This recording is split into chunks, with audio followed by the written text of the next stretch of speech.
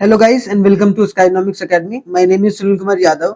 और जैसा कि आप स्क्रीन पर देख पा रहे हैं, आज हम लोग 12th इकोनॉमिक्स जो सीबीएसई बोर्ड के लिए है वो अलग से डिस्कस करने वाले हैं। ठीक है, और उसका आज पार्ट 2 होगा मैक्रो इकोनॉमिक्स का। ठीक है, आपको पता है कि इकोनॉमिक्स आपके दो पार्ट्स में आते हैं भाई। इकोनॉमिक्स आपके कितने पार्ट्स में आते हैं? दो पार्ट्स में आते हैं। एक तो आपका मैक्रो इकोनॉमिक्स होता है और दूसरा आपका इंडियन इकोनॉमी होता है। क्या होता है? इंडियन इकोनॉमी देखने को मिलता है। तो यहाँ पर हम लोग मैक्रो इकोनॉमिक्स का जो फर्स्ट चैप्टर है, basic concept of macro economics में, उसमें हमने फर्स्ट पार्ट ऑलरेडी डिस्कस कर रखा है। तो जिन्होंने नहीं देखा वो जाकर देख सकते हैं। इस पूरे साल जो होगा मैं पूरा डिस्कस करने वाला हूँ। आपका कुछ भी छूटेगा नहीं, चाहे आपका हाफ ईयरली का एग्जाम हो, चाहे आपका जो हो प्री बोर्ड होगा, जो भी होगा आगे चलकर वो सब सारी चीजों के बारे में यहाँ पर डिस्कस करके चला जाएगा। ठीक है, तो आप लोग ध्यान से देखिएगा, प्लेलिस्ट अलग बना हुआ रहेगा भाई। ऐसा नहीं है कि सीबीएसई और आईएससी बोर्ड का मिक्स करके मैं बता रहा हूँ। आप लोगों को अलग अलग वीडियोस होंगे वो देखने को मिलेंगे, चाहे मैक्रो का हो, चाहे इंडियन का हो, चाहे आपका बिजनेस स्टडीज का हो। ठीक है, तो ये तीन सब्जेक्ट पर हमारा फोकस रहेगा। ठीक है, मैक्रो इकोनॉमिक्स, इंडियन इकोनॉमी और एक तरीके से बिजनेस स्टडीज। तो इन तीनों को हम लोग अलग अलग वीडियोस में कवर करके चलेंगे बहुत शानदार तरीके से। तो अगर आप लोगों ने अभी तक सब्सक्राइब नहीं करा है तो सब्सक्राइब कर लीजिए भाई, है कि नहीं। बस इससे क्या होगा, आपको नोटिफिकेशन मिलता रहेगा। बाकी तो आपकी मर्जी है जैसा भी जो भी करें। ठीक है, आगे आते हैं कि आखिरकार हम लोगों ने कहाँ पढ़ा था। हम लोगों ने ये पढ़ा था कि गुड्स कितने प्रकार के होते थे। हमने ये देखा था कि भाई फाइनल गुड्स होता है।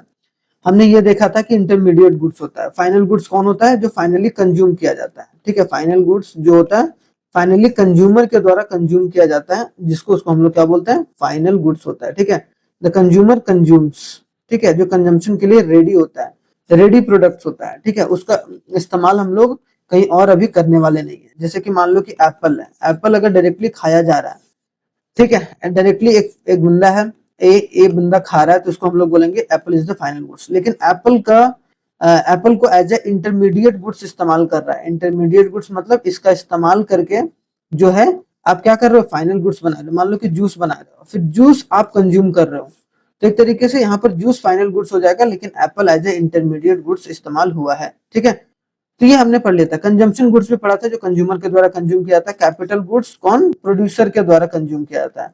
जो प्रोड्यूसर होते हैं, जो बिजनेसेस होते हैं, वो एक तरीके से इसको कंज्यूम करके चलते हैं। ठीक है, तो हमने यहाँ तक तो डिस्कस कर रखा था। अब थोड़ा सा आते हैं कैपिटल गुड्स के बारे में पढ़ते हैं, क्योंकि कंजम्पशन गुड्स हमने कर रखा था, है कि नहीं।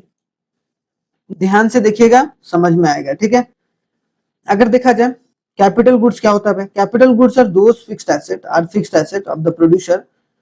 कि सिंपल सी बात है, कैपिटल गुड्स क्या होता है? एक फिक्स्ड एसेट होता है कोई भी प्रोड्यूसर का। जैसे ये ट्रैक्टर है, मान लो एक फार्मर है, एक प्रोड्यूसर है, वो इस मशीन का इस्तेमाल करके बहुत ज्यादा प्रोडक्शन कर रहा है। इसका मतलब क्या है? ये प्रोड्यूसर के लिए एक फिक्स्ड एसेट के रूप में काम कर रहा है। प्लांट हो गया, मशीनरी हो गया। यहाँ पर this goods are used by the producer. ये गुड्स किसके द्वारा यूज किया जाता है? प्रोड्यूसर के द्वारा। रिप्लेसमेंट ऑफ कैपिटल स्टॉक या फिर एडिशन, या तो वो मशीन को रिप्लेस करते हैं, या फिर मशीन जो है वो एक नया मशीन ले आए, तो एक तरीके से मशीन ऐड होकर चलता रहेगा। तो capital goods are fixed asset of the producer. Simple सी बात है, एग्जांपल इसका प्लांट और मशीनरी मैंने बता रखा है। अब यहाँ बोला गया all machines are not capital goods. Simple सी बात है कि जैसे कि ये मशीन, मान लो कि ये सिलाई वाला मशीन है, ठीक है, सिविंग मशीन है। अगर बंदा जो है वो अपने घर के लिए ला रहा है, अपने घर के काम थोड़ा सा सिलाई बुनाई करने के लिए ला रहा है, तो इसका मतलब वो क्या हो गया? एक तरीके से उसको हम लोग कंज्यूमर गुड्स बोलेंगे, क्योंकि कंज्यूमर उसको डायरेक्टली कंज्यूम कर रहा है। लेकिन इसका इस्तेमाल, मान लो कि उसने एक दुकान दिया और उस दुकान पर शॉप पर वो एक तरीके से सबका कपड़ा वगैरह सिलकर बेच रहा है। इसका मतलब इसका इस्तेमाल करके वो क्या कर रहा है? मशीन को एज अ फिक्स्ड एसेट इस्तेमाल करके वो पैसा कमा रहा है। तो वही बात बोला गया, it must be borne in the mind all machine are not a capital goods. इसलिए सारे मशीन जो होते हैं वो कैपिटल गुड्स नहीं होते हैं। वो डिपेंड करता है यूज के हिसाब से, है कि नहीं। जैसे a sewing machine in a tailoring shop is a fixed asset of the tailor and it is a capital goods. Simple सी बात है। लेकिन same machine with a consumer household is not a capital goods. लेकिन वही जो होता है, जैसे आप वॉशिंग मशीन मान लो, अगर ड्राई क्लीनर वाला जो दुकानदार है वो ले रहा है, तो वो एक तरीके से ड्राई क्लीनर क्या हो गया? ड्राई क्लीनर वहां पर कैपिटल गुड्स देखने को मिलेगा। लेकिन यही ड्राई क्लीनर अगर मान लो कि आपकी मम्मी ला रही है, ठीक है, आपकी माँ ला रही है, और एक तरीके से उसका यूज कर रही है अपने घर में कपड़े वगैरह धोने के लिए या कुछ भी चीज करने के लिए कर रही है, तो इसका मतलब पैसे कमाने के लिए नहीं किया जा रहा है। इसका मतलब वो क्या हो गया? एक तरीके से कैपिटल गुड्स नहीं होगा। ठीक है, तो उसको हम लोग बोलेंगे कंज्यूमर ड्यूरेबल गुड्स बोल देंगे, है ना। कंज्यूमर गुड्स या फिर कंज्यूमर में चार तरीके होते हैं। ड्यूरेबल होता है, सेमी ड्यूरेबल होता है, ठीक है, एक तरीके से नॉन ड्यूरेबल होता है, और एक तरीके से सर्विस होता है। तो चार हमने बताया था कंजम्पशन वाले गुड्स में। ठीक है, तो वो चीज आप लोग याद रखिएगा। All capital goods are producer goods, सारे जो कैपिटल गुड्स होते हैं वो प्रोड्यूसर गुड्स होते हैं, बट ऑल प्रोड्यूसर गुड्स जो होता है वो कैपिटल गुड्स नहीं होता है, लेकिन सारे जो प्रोड्यूसर गुड्स होंगे वो कैपिटल गुड्स नहीं होंगे। ठीक है, तो ये आप लोग को समझ में यहाँ पर आ गया। अब यहाँ बोला गया all producer goods are not a capital goods, क्यों? क्योंकि यही सवाल बहुत बार आता है। जैसे goods as a raw material like a wood used to make a furniture, goods used as a fixed asset like a plant and machinery। ठीक है, capital goods includes only the fixed asset of the producer, सिर्फ fixed asset producer का ही count होता है, and these are durable use products. On the other hand goods such as, जैसे raw material हो रहा है सिंगल यूज के लिए इस्तेमाल कर रहा है, they are not repeatedly use, जैसे कि मान लो वुड का इस्तेमाल जो है वो एक तरीके से इस्तेमाल किया जा रहा है, कहाँ पर जो है एक वन टाइम के लिए किया जा रहा है, से घर बनाने में किया जा रहा है, या फिर मान लो कि वुड को जलाने में इस्तेमाल किया जा रहा है, तो वो एक तरीके से कंज्यूमर गुड्स हो जाएगा जो डायरेक्टली एक बार ही कंज्यूम हो रहा है। ठीक है, अब आते हैं आगे, नेक्स्ट में है consumption components of consumption expenditure. अब कंजम्पशन एक्सपेंडिचर का मतलब क्या है? एक्सपेंडिचर जो दो एक्सपेंडिचर होता है। ठीक है, एक्सपेंडिचर जनरली दो तरीके का होता है। ठीक है, एक्सपेंडिचर दो तरीके का, खर्चा, एक तो कंजम्पशन एक्सपेंडिचर होता है, याद रखिएगा क्या होता है भाई, कंजम्पशन एक्सपेंडिचर, और दूसरा कौन सा एक्सपेंडिचर होता है, इन्वेस्टमेंट एक्सपेंडिचर। ठीक है, इन्वेस्टमेंट एक्सपेंडिचर। देखो इन्वेस्टमेंट एक्सपेंडिचर, अब समझने वाली बात है कि कंजम्पशन एक्सपेंडिचर और इन्वेस्टमेंट एक्सपेंडिचर में बेसिक सा डिफरेंस क्या है। कंज्यूमर के द्वारा जो खर्चा किया जा रहा है, कंज्यूमर के द्वारा जो खर्चा किया जा रहा है उसको हम लोग कंजम्पशन एक्सपेंडिचर बोलते हैं। इन्वेस्टमेंट एक्सपेंडिचर जो प्रोड्यूसर के द्वारा एक तरीके से खर्चा किया जा रहा है, किसके द्वारा खर्चा किया जा रहा है, प्रोड्यूसर के द्वारा जो खर्चा किया जा रहा है उसको हम लोग इन्वेस्टमेंट एक्सपेंडिचर बोलते हैं। ठीक है, सिंपल सी बात है। जो भी बिजनेस, जैसे बिजनेस मशीन ला रहा है वो सब कंजम्पशन एक्सपेंडिचर, जो कंज्यूमर डायरेक्टली कंज्यूम करने के लिए खर्चा कर रहा है। क्लियर? तो ये बात आपको समझ में आनी चाहिए। आगे देखते हैं, इन मैक्रो इकोनॉमिक्स, अगर मैक्रो इकोनॉमिक्स में देखा जाए, consumption expenditure refers to the aggregate consumption expenditure. Aggregate का मतलब क्या? एग्रीगेट कंजम्पशन एक्सपेंडिचर मतलब टोटल एक्सपेंडिचर। ठीक है, total expenditure by the consumer, aggregate का मतलब टोटल होता है। ठीक है, हाउस होल्ड के द्वारा खर्चा किया जाता है, अगर पूरा टोटल एक्सपेंडिचर निकालेंगे तो गवर्नमेंट के द्वारा खर्चा किया जाता है, नॉन प्रॉफिट ऑर्गेनाइजेशन के द्वारा किया जाता है, नॉन प्रॉफिट प्राइवेट ऑर्गेनाइजेशन के थ्रू किया जाता है, एनजीओ हो गया, टेम्पल्स हो गया, मॉस्क हो गया, गुरुद्वारा हो गया, अदर हो गया, तो ये सब सारे खर्चों को अगर जोड़ देंगे तो हमारा क्या हो जाएगा, टोटल एक्सपेंडिचर निकल जाएगा। जैसे देखो यहाँ पर consumption expenditure by the house hold, consumption expenditure by the government, consumption expenditure by the non profit private institution जैसे कि एनजीओ, टेम्पल्स, मॉस्क हो गए, तो ये सब अगर पूरा जोड़ देंगे तो एग्रीगेट कंजम्पशन एक्सपेंडिचर निकल जाता है, मतलब सारा खर्चा जितना भी किया गया है। क्लियर? तो याद करना, कंजम्पशन एक्सपेंडिचर समझ में आ गया। अब आते हैं इन्वेस्टमेंट। इन्वेस्टमेंट कौन करता है भाई? एक तरीके से आपको देखने को मिलेगा बिजनेस एंटरप्राइजेस करके चलता है। तो सबसे पहली बात आपको ये समझना है कि investment refers to the increase in the stock of capital. Stock of capital मतलब जैसे मान लो कि आपके पास पहले एक मशीन था। ठीक है, एक मशीन था, इसके बाद आपने एक और मशीन खरीदा, दूसरा मशीन खरीदा। क्या मशीन खरीदा? दूसरा मशीन। इसका मतलब आपने क्या करा है, आपने स्टॉक जो है बढ़ाया है कैपिटल का। मतलब पहले एक मशीन का इस्तेमाल करके आप मान लो 50 गुड्स बना रहे थे एक दिन में, तब दो का इस्तेमाल करके 50 और बनेगा भाई, दूसरा का इस्तेमाल करके 50 और, मतलब टोटल कितने हो जाएंगे, 100 गुड्स का प्रोडक्शन आपका हो जाएगा। मतलब वो आपके स्टॉक को इंक्रीज करने का काम जो करता है। तो I is equal to change in stock, investment कि कितना बढ़ा है या कितना घटा है। डेल्टा के का मतलब होता है चेंज इन कैपिटल, तो याद रखिएगा इंपॉर्टेंट है। ठीक है, चेंज इन कैपिटल, के कैपिटल में कितना बढ़ोतरी हुआ है। क्लियर?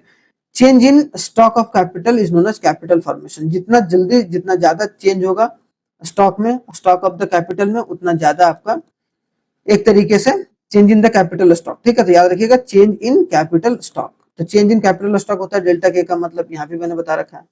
तो यहाँ पर कि जितना जल्दी अगर स्टॉक ऑफ द कैपिटल में चेंज होगा उतना ज्यादा कैपिटल फॉर्म होगा। ठीक है, तो याद रखना है दो तरीके का इन्वेस्टमेंट होता है, एक होता है फिक्स्ड इन्वेस्टमेंट, एक होता है इन्वेंटरी इन्वेस्टमेंट।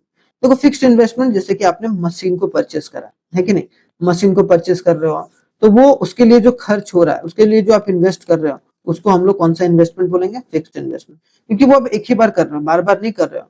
ठीक है, इसको वन टाइम इन्वेस्टमेंट बोल सकते हैं। वन टाइम इन्वेस्टमेंट इसको किया जा सकता है, जैसे प्लांट लगा रहे हैं, ठीक है, या फिर मशीनरी वगैरह क्या हो गया, मशीनरी जैसे कि प्लांट मशीनरी मशीन ही हो गया, अलग अलग मशीनरी का मतलब एक तरीके से उसको बड़े लैंग्वेज में बोलते हैं कि पूरा आप एक तरीके से मशीन का बहुत सारी चीजें लगा रहे हैं ताकि वो असेंबली में काम हो सके। प्लांट प्लांट मतलब फैक्ट्रीज वगैरह खोल रहे हैं, तो एक तरीके से प्लांट्स वगैरह लगा रहे हैं, इसका मतलब वो पेड़ पौधा मतलब प्लांट्स मत समझिएगा, ठीक है। तो फिक्स्ड इन्वेस्टमेंट। दूसरा इन्वेंट्री इन्वेस्टमेंट, मतलब जो रॉ मटेरियल आप ला रहे हैं, ठीक है, रॉ मटेरियल लाते हैं, रॉ मटेरियल जो कि आप स्टॉक के रूप में इस्तेमाल होता है। अब वो जितना ज्यादा आपका रहेगा उतना ज्यादा आप जो है माल को बना पाएंगे, मतलब क्या है कि गुड्स को बना पाएंगे। तो ज्यादा रॉ मटेरियल इन्वेस्टमेंट, मतलब जो इन्वेस्टमेंट हम रॉ मटेरियल को बढ़ाने में कर रहे हैं, ठीक है, मतलब डेली एक्टिविटीज में जो इस्तेमाल होने वाली चीजें हैं उस पर अगर जो खर्चा कर रहे हैं, इन्वेस्टमेंट कर रहे हैं, उसको हम लोग इन्वेंटरी इन्वेस्टमेंट बोलेंगे, ठीक है। तो ये भी चीज याद करना है। अब यहाँ पर देखिए एक बात आता है कि ग्रॉस इन्वेस्टमेंट क्या होता है, नेट इन्वेस्टमेंट क्या होता है, और कॉन्सेप्ट ऑफ डेप्रिसिएशन। तो तीनों पढ़ेंगे, पहले ग्रॉस और नेट पढ़ लेते हैं। देखो ये एक बात याद रखना हमेशा कि कभी भी ग्रॉस से अगर नेट जाते हैं, ठीक है, याद रखना ग्रॉस हमेशा बड़ा होता है। क्या होता है भाई, ग्रॉस हमेशा क्या होगा, आपको बड़ा देखने को मिलेगा, और जो नेट होगा हमेशा छोटा देखने को मिलेगा। किससे, ग्रॉस से। तो क्या ग्रॉस से अगर नेट में जाना होगा तो हमेशा कुछ ना कुछ माइनस करेंगे, याद रखना। तो ग्रॉस से अगर नेट में जाते हैं तो हम लोग माइनस डेप्रिसिएशन करते हैं, चाहे वो ग्रॉस इन्वेस्टमेंट हो, नेट इन्वेस्टमेंट हो, कुछ भी हो, या ग्रॉस डोमेस्टिक प्रोडक्ट हो, या फिर नेट डोमेस्टिक प्रोडक्ट हो, आगे आके पढ़ेंगे हम लोग एनडीपी वगैरह। और नेट से अगर ग्रॉस में जाना है, मतलब छोटे से बड़े में जाना है, तो आपको हमेशा प्लस करना पड़ेगा भाई, है कि नहीं। कोई भी छोटा नंबर रहता है, मान लो कि 2 से 5 पर जाना है, ये छोटा है ये बड़ा है, तो आप हमेशा क्या करते हो, उसमें प्लस करते हो 3। अगर बड़े में से छोटा जाना होगा तो माइनस करेंगे। बड़ा कौन होगा, बड़ा हमारा ग्रॉस होगा, छोटा कौन होगा, हमारा नेट होगा। तो आई होप सो आपको थोड़ा सा ये जो एग्जांपल है उससे ज्यादा समझ में आ गया होगा। Gross investment refers to the total production of capital goods during the year, कि जितना भी कैपिटल, जो टोटल प्रोडक्शन हुआ है कैपिटल गुड्स का ड्यूरिंग द ईयर, उसको हम लोग क्या बोलेंगे, एक तरीके से gross investment. Capital goods used for the replacement and existing capital stock, capital goods का इस्तेमाल, चाहे वो कितना आपका कैपिटल गुड्स रिप्लेस हुआ है या आपने कितना नया जो है इन्वेस्टमेंट करा है मशीन वगैरह परचेज करने, ठीक है। तो अगर हम लोग नेट इन्वेस्टमेंट में प्लस कर देंगे डेप्रिसिएशन, तो हमारा क्या हो जाएगा, एक तरीके से ग्रॉस इन्वेस्टमेंट। और नेट इन्वेस्टमेंट कैसे निकलेगा भाई, तो सिंपल सी बात है, नेट इन्वेस्टमेंट निकालना है भाई, तो हम लोग ग्रॉस इन्वेस्टमेंट में क्या माइनस करेंगे, सॉरी क्या क्या माइनस करेंगे, सॉरी, ठीक है, डेप्रिसिएशन माइनस करके चलेंगे। तो याद रखना कि नेट से ग्रॉस, ग्रॉस से नेट में जाते हैं तो क्या करते हैं, ग्रॉस से नेट में जाते हैं प्लस डेप्रिसिएशन, और नेट से ग्रॉस जाते हैं तो माइनस डेप्रिसिएशन। और डेप्रिसिएशन का मतलब क्या होता है, वीएस एंड टीएस। जैसे कि मान लो कि आपने एक 5 लाख रुपए का कार खरीदा, क्या 5 लाख रुपए का कार खरीदा 2020 में, जब 2025 में आप बेचने गए तो उस कार का दाम हो गया 2 लाख रुपया, ठीक है। क्यों, क्योंकि उसका वैल्यू हर साल जो है वो डेप्रिशिएट होता चला गया, कम होता चला गया। डेप्रिशिएट का होना मतलब कम होना। while the fixed asset like a plant and machinery are in the use, they go down in the value, उनका वैल्यू क्या होता है, कम हो जाता है। जैसे कि नॉर्मल वीएस एंड टीएस हो गया, एक्सीडेंटल डैमेज हो गया, थोड़ा सा डैमेज हो गया, कहीं ठुक ठाक गाड़ी गई, उसका रिपेयर वगैरह चार्ज होता चला गया। एक्सपेक्टेड ऑब्सोलेंस हो गया, which producer normally expect to have, जैसे कि कुछ ना कुछ जो हमेशा, जैसे टायर वगैरह चेंज करना, वो सब। एक होता है अनएक्सपेक्टेड, अनएक्सपेक्टेड जैसे कि मान लो कि नेचुरल कॉज की वजह से आपका गाड़ी मान लो कि कहीं खड़ा था, और फिर क्या हुआ कि फ्लड आया, फ्लड में जो है वो गाड़ी आपने किनारे में खड़ा करा, उसकी वजह से वो बाढ़ में बह गया।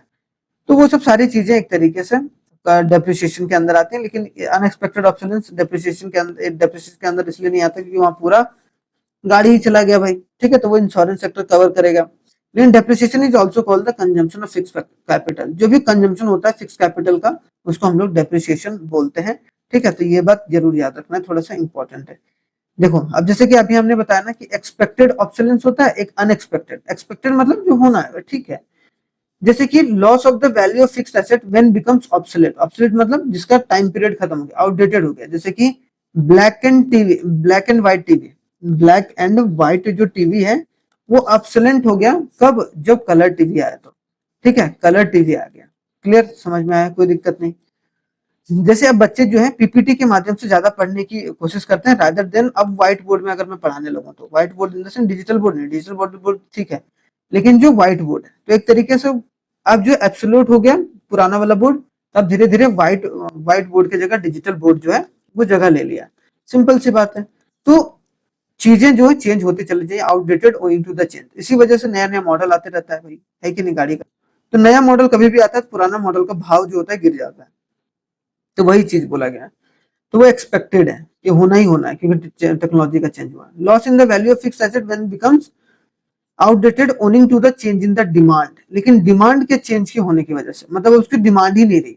एक होता है कि डिमांड ही नहीं रही, जैसे a plant producer rubber shoes because absolute when the demand shift from the rubber shoe the leather shoes. क्या रबर शू से लेदर शू में शिफ्ट हुआ, मतलब क्या बोला गया, plant producing rubber shoes become absolute.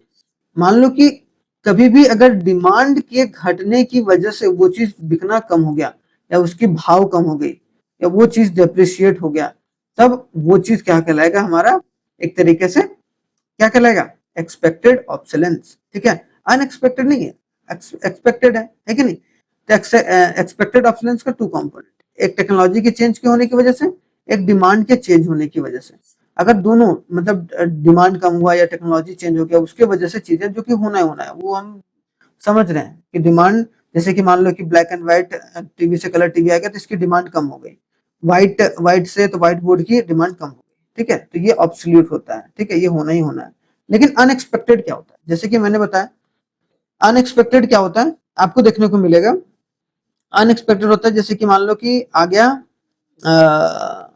Earthquake, आ गया फ्लड, आ गया फायर, उसकी वजह से अर्थक्वेक, फ्लड, फायर, नेचुरल क्लाइमेटी की वजह से, या फिर fall in the market value of the asset when the economic recession. नहीं तो क्या कि जब इकोनॉमिक रिसेशन है, जब मंदी है, जब कोई भी चीज जो है डिमांड और सप्लाई बिल्कुल भी ठप है, इसका मतलब बहुत ज्यादा एसेट की वैल्यू गिर गई, बहुत ज्यादा एसेट की वैल्यू गिर गई, तब जो है अनएक्सपेक्टेड, क्योंकि वो अनएक्सपेक्टेड था, एक्सपेक्टेड नहीं था। ठीक है, इसके पीछे वाला एक्सपेक्टेड था। ठीक है, तो याद रखिएगा।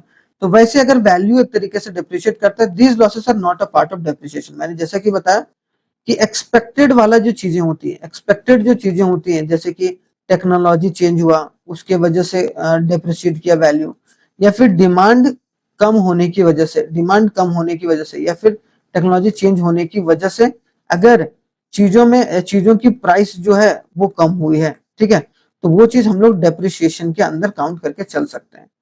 लेकिन अर्थक्वेक की वजह से, फ्लड, फायर, ये सब सारी चीजों की वजह से अगर कोई लॉस हुआ है वैल्यू का, तो उसको हम लोग डेप्रिसिएशन में काउंट करके नहीं चलेंगे। ठीक है, तो आई होप सो आपको पूरा समझ में आ गया चैप्टर। ठीक है, चैप्टर हमारा इंट्रोडक्शन ऑफ मैक्रो इकोनॉमिक्स हमारा पूरा कंप्लीट हो गया है। ठीक है, तो अब ध्यान देके चलिएगा इसको। आगे फिर चलेंगे हम लोग, नेक्स्ट जो होगा वीडियो बहुत शानदार तरीके से होगा। आगे देखते हैं कि एग्रीगेट नेशनल इनकम के बारे में पढ़ते हैं। ठीक है, एग्रीगेट या नेशनल इनकम का एग्रीगेट जितना भी है उसको हम लोग शुरू करने की कोशिश करेंगे, जो कि बहुत ही इंपॉर्टेंट है। ठीक है, इंडियन इकोनॉमी को भी डिस्कस करेंगे, फर्स्ट चैप्टर इंडियन इकोनॉमी का भी जल्दी, आप लोग बने रहिएगा। ठीक है, थैंक यू वेरी मच, जय हिंद, मिलते हैं नेक्स्ट वीडियो में।